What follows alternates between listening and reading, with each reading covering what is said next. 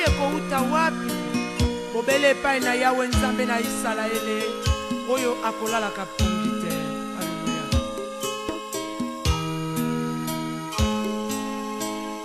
Lisungi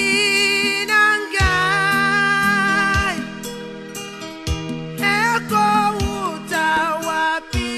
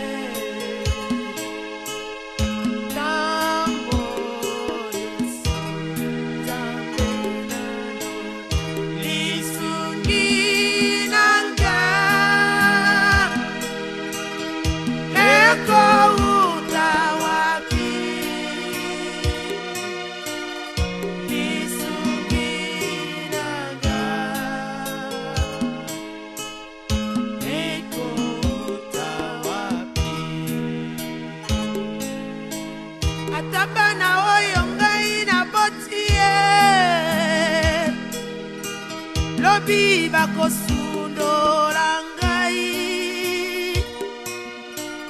ata mobali oyo abalaki ngai abwaki ngai yo mosungi ya solo Nzambe lisungi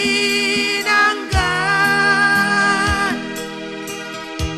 ekouta wapi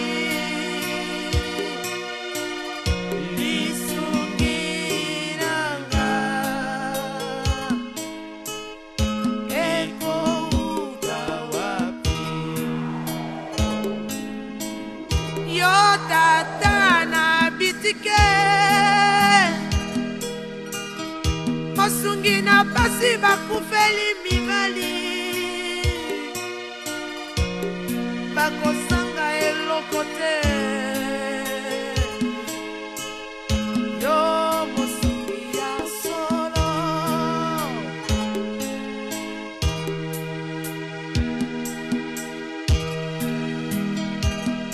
lisungi ya solo ekouta bobele epai na tata tata na bitike mosungi na basi bakufeli mibali akotika litambe na yo kotuta libako te po azali oya ye mosungi koleka basungi nyonso longola elike epai na bato tala miso na ngonga